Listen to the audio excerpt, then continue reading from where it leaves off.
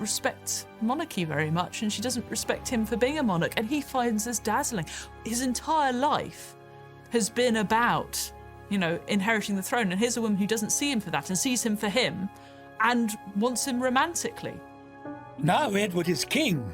He wants to marry Wallis and make her Queen of England. But there's a big problem. She's still married to Ernest Simpson, who seems aware of this relationship as well, because they're not hiding it, they're flaunting it.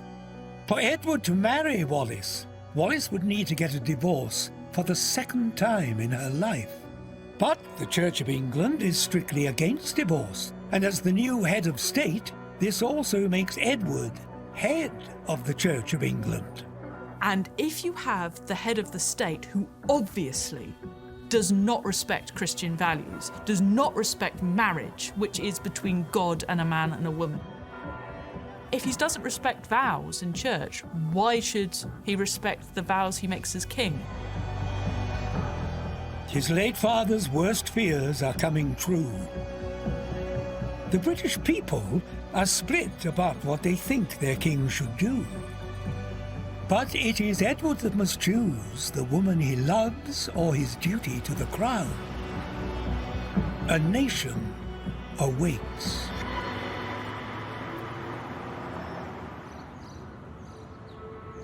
Windsor Castle. Edward positions himself in front of a microphone. Millions tune in to listen as Edward lets his people know his decision. You must believe me when I tell you that I have found it impossible to carry the heavy burden of responsibility and to discharge my duties as king as I would wish to do without the help and support of the woman I love. Edward is the first king in British history to voluntarily give up the throne, and he throws the monarchy into crisis. And Edward choosing to do that meant that most of his public, not everyone, but most of the country, essentially saw him and they thought he could have been such a brilliant king. So we have to consider the idea that the monarchy was at this very, very precarious stage. This royal crisis couldn't have come at a worse time for Britain. Hitler and Mussolini are threatening war in Europe. Britain needs a strong ruler to steer its people through the storm ahead. And it gets Edward's younger brother, Prince Bertie. Prince Bertie is 18 months younger than Edward, but unlike his brother, is already happily married to British aristocrat Elizabeth Bowes-Lyon, with 2 daughters, Princess Elizabeth and Princess Margaret. But although the younger brother has a greater sense of duty, he doesn't have the same natural charisma as Edward, and is chronically shy. He's a classic second son, plays second fiddle his whole childhood. He's not as good looking, he's not as flamboyant. Bertie was born with knocked knees, and while a child, his father made him wear a painful leg brace to correct the abnormality. And he has a stammer, which is made much worse by the fact that every time he stammers in front of his father says, "What? Get it out! Spit it out!" But Bertie has hidden qualities that could help endear him to the British public. Bertie's strength is that he is ordinary and dutiful, and so he represents really much more the ordinary man. Bertie's ordinariness could make him a safe choice of monarch. Well, who do you want to inherit the throne? You're living at a time where there's a lot of social upheaval. To keep the monarchy, you need to make sure that the king doesn't do anything strange, doesn't do anything to risk this institution. After Edward gives his abdication speech, the crown is passed on to Bertie, who shows respect to his late father when he becomes known as King George VI. The British people have a new king on the throne. the third king that year. As the first act of his reign, the new monarch gives his brother a new royal title. It had to be decided what you would call the ex-king. Couldn't be just a prince, he couldn't be an ex-king. They needed to come up with a title for him. Edward becomes His Royal Highness the Duke of Windsor. A duke is the highest-ranking title in the British nobility. A new king, a new duke. But is it the new beginning the British royal family needs?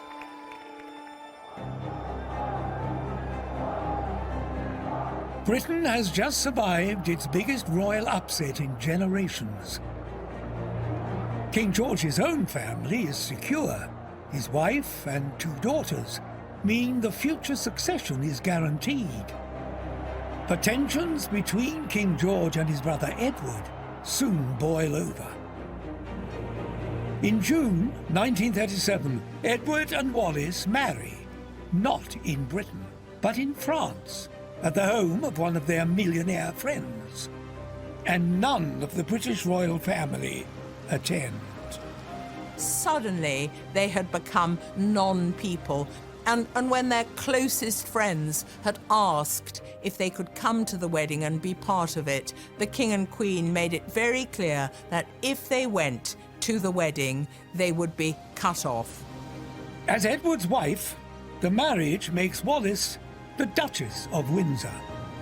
But his brother King George VI refuses to give Wallis the royal title of Her Royal Highness, or HRH.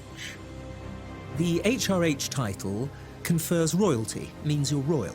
Subjects of the crown, the male ones bow their head to you, the females curtsy, they treat you as a royal. And this meant that although Edward was a royal, Wallis wasn't. Edward minded that Wallis wasn't given HRH probably more than anything else in his life. He saw it as an ongoing snub, he saw it as an insult from his country. The Duke and Duchess of Windsor turn their backs on Britain and start a new life in France. King George VI now fears what his brother might do next to damage the royal family's reputation and put the British crown in jeopardy. Just 10 months after George has become king, his brother Edward decides to go on a trip with Wallis. An unsanctioned trip to Nazi Germany. Edward's Nazi uncle, the Duke of Coburg, hosts the two and arranges a high-profile meeting between the newlyweds and Hitler. They are treated like royalty. Edward wanted his wife to be treated with all the respect and courtesy of a member of the royal family. And the one people who were willing to do that were, of course, the Nazis. Hitler is charmed by Wallis and tells his interpreter that the Duchess would have made a good queen. Photographs of Edward shaking his hand, of all of them being photographed of Wallis standing next to him. That was the best possible propaganda that Hitler could have had. When King George learns about his brother's trip to meet Hitler, he's mortified. He calls it a bombshell, and a bad one, too. Relations between Britain and Germany are already on a knife edge, and now his brother is befriending the enemy. But worse is yet to come. September 1939. World War II finally kicks off after Hitler invades Poland. Britain comes to the help of their Polish ally and declares war on Germany. Britain and France attempt to stop Hitler's advance across Europe, but they're no match for the German army. I mean, the early stages of the Second World War are one of an unbroken run of successes for Germany. And in less than 8 months, Hitler's army has control of most of Central Europe. In May 1940, at the instruction of senior politicians, King George appoints Winston Churchill as Prime Minister to lead Britain's fight against Hitler. But after a humiliating defeat in France, British troops are forced to evacuate from the beaches of Dunkirk. Nazi Germany now occupies most of France, and this is a huge concern for King George, because his brother, Edward, lives in the French capital, Paris. Is the former British king about to be captured by the Nazis? The British royal family expect Edward to support his fellow countrymen and return to England immediately. So it would have made perfect sense for Edward to have gone back to England and to have found some sort of accord with his family. But Edward being Edward, he never did the sensible or the decent thing. Instead of supporting the British troops and his British family, Edward goes to the south of France before heading to fascist Spain. George sees his brother's disloyalty as the ultimate betrayal. Churchill is furious. It's always been termed a betrayal because he didn't do his duty. For King George, this has now gone beyond a family feud. Edward is now seen as a threat to not just the survival of the British crown, but to the very fabric of the nation. By June 1940, the Nazis have control of mainland Europe and are now thinking of their next step, how to conquer Britain. Churchill marshals Britain's defences, but they have a critical weakness. The former King Edward has left France, and he's now in fascist Spain. Fleeing to Spain at the time that England seems to need people and need people to be there, if only for purely symbolic reasons, it was either an act of cowardly pragmatism or simply of cowardice, depending on which way you look at it. The Nazis now see an astonishing opportunity to win the former King of England over to Hitler's side. And if he won't come willingly, they have plans to kidnap him. Hitler launches an operation, codename Willy. Well, Operation Willy has always been slightly shrouded in mystery. What he intended to do was to launch an operation whereby Edward and Wallace would be taken from Spain and brought to Germany. The Nazis want to use Edward to bargain a peace settlement with Britain, and if they succeed, they'll dethrone his brother King George and restore Edward to the British throne. And to use the king as a kind of puppet and to present him as the true ruler of Britain. But what they hoped was that Edward could be persuaded not to have to be kidnapped, that he could come willingly.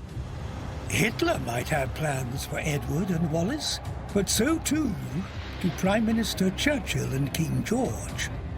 They want Edward out of the picture. So Winston Churchill sends Edward a telegram instructing him to take a new job as governor of the Bahama Islands. The British-owned islands are over 4,000 miles away from Britain and, crucially, Nazi Germany. The question is, will Edward go? Initially, Edward and Wallace were very distrustful of the choice to send him off to the Bahamas. While Edward delays his departure, Hitler sends in one of his most effective undercover agents, Walter Schellenberg. He was somebody who was a kind of a Nazi James Bond, I suppose, is the easiest way of describing him. He was this Nazi secret agent who was very suave.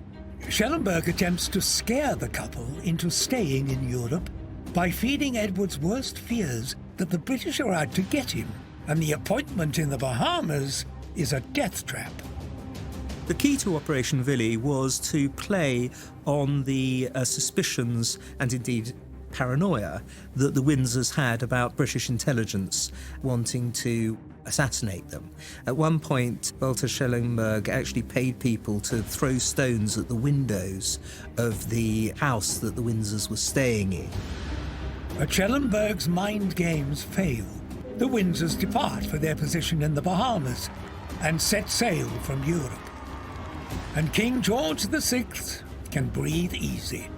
His brother is out of Hitler's reach. For now. As Edward suns himself in the Bahamas, King George and Britain now face the full force of Hitler's war machine. His Luftwaffe Air Force launched daily attacks on cities all over Britain. For 57 days, London is bombed from the air.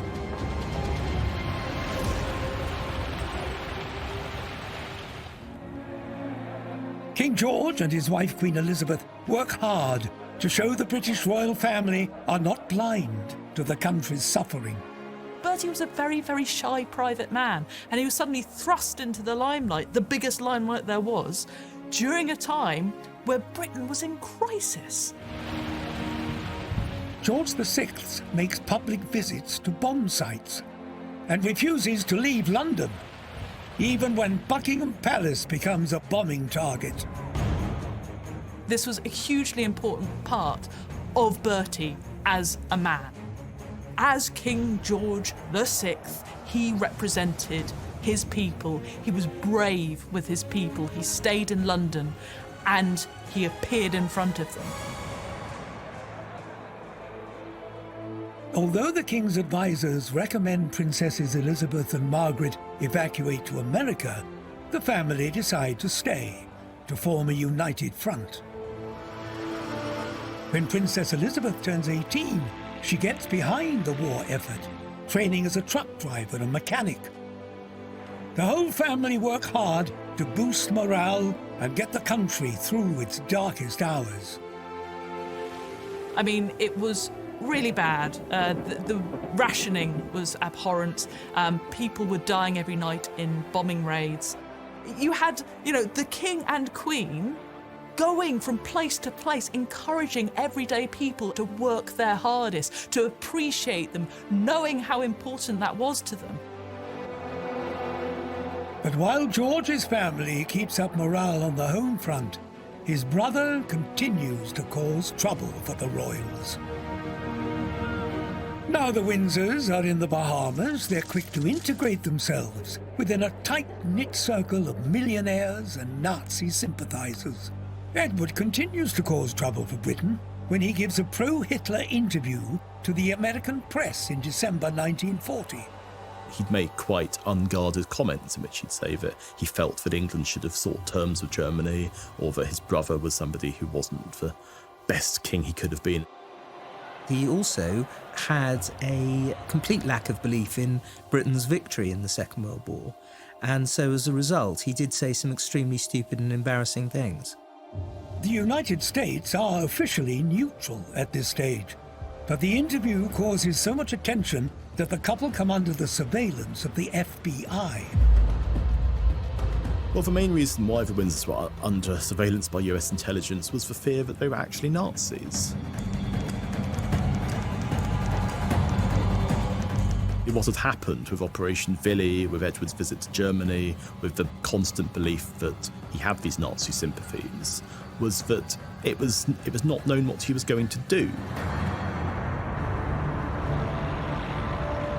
But not long after Edward's interview, America enters the war on the side of the British.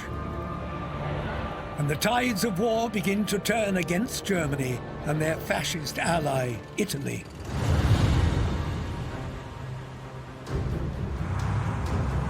In July 1943, Allied troops begin to take back mainland Europe.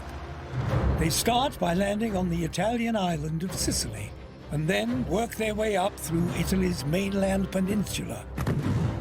Mussolini's army fails to stop them.